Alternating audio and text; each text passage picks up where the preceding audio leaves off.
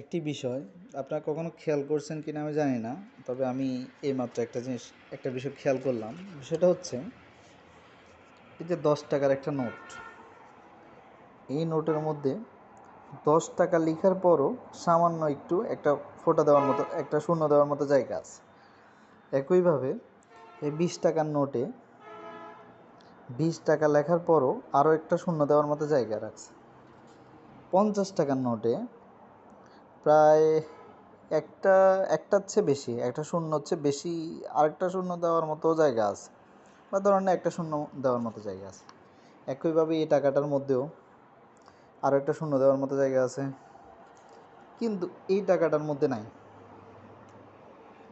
দেখেছেন?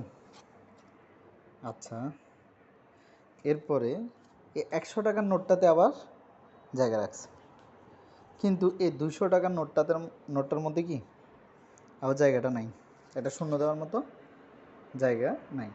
আচ্ছা, এরপরে এই যে 500 টাকা, এটার মধ্যে একইভাবে শূন্য দেওয়ার মতো জায়গা নেই। নতুন যে 500 টাকাটা আসছে ওটার মধ্যেও শূন্য দেওয়ার মতো জায়গা নেই। এটা 2025 সালের, এটাতেও শূন্য দেওয়ার মতো জায়গা নেই। তারপর এই 500টা, এটার মধ্যে, হ্যাঁ এটার মধ্যে আছে আবার, এটার মধ্যে আবার একটা শূন্য দেওয়ার মতো জায়গা আছে। এই 1000 টাকার নোটের মধ্যে কিন্তু জায়গাটা নেই। খেয়াল করুন, যেগুলোতে এই কালো অংশটা আছে টাকার সংখ্যা লেখার, সবগুলোতে হচ্ছে কি একটা শূন্য দেওয়ার মতো জায়গা আছে, কিন্তু একমাত্র 1000 টাকার নোটের মধ্যে এই যে কালো অংশ আছে, কিন্তু শূন্য দেওয়ার মতো কোনো ফাঁকা জায়গা নেই। আর বাকি টাকাগুলোর মধ্যে কালো জায়গাও নেই, শূন্য দেওয়ার মতো জায়গা তো থাকবে না, এটাই স্বাভাবিক।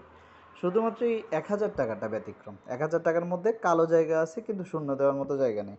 আর বাকি টাকাগুলোর মধ্যে কালো জায়গা থাকলে অবশ্যই একটা শূন্য দেওয়ার মতো জায়গা আছে। এই শূন্য দেওয়ার মতো জায়গা রাখার কারণটা কি যদি কারো জানা থাকে জানাবেন, এবং আর কোন কোন টাকার মধ্যে এরকম কালো জায়গা আছে কিন্তু শূন্য দেওয়ার মতো জায়গা নেই, এবং আপনাদের কাছে এগুলো ছাড়া আর কোন কোন টাকা আছে চাইলে জানাইতে পারেন। অসংখ্য ধন্যবাদ সকলকে।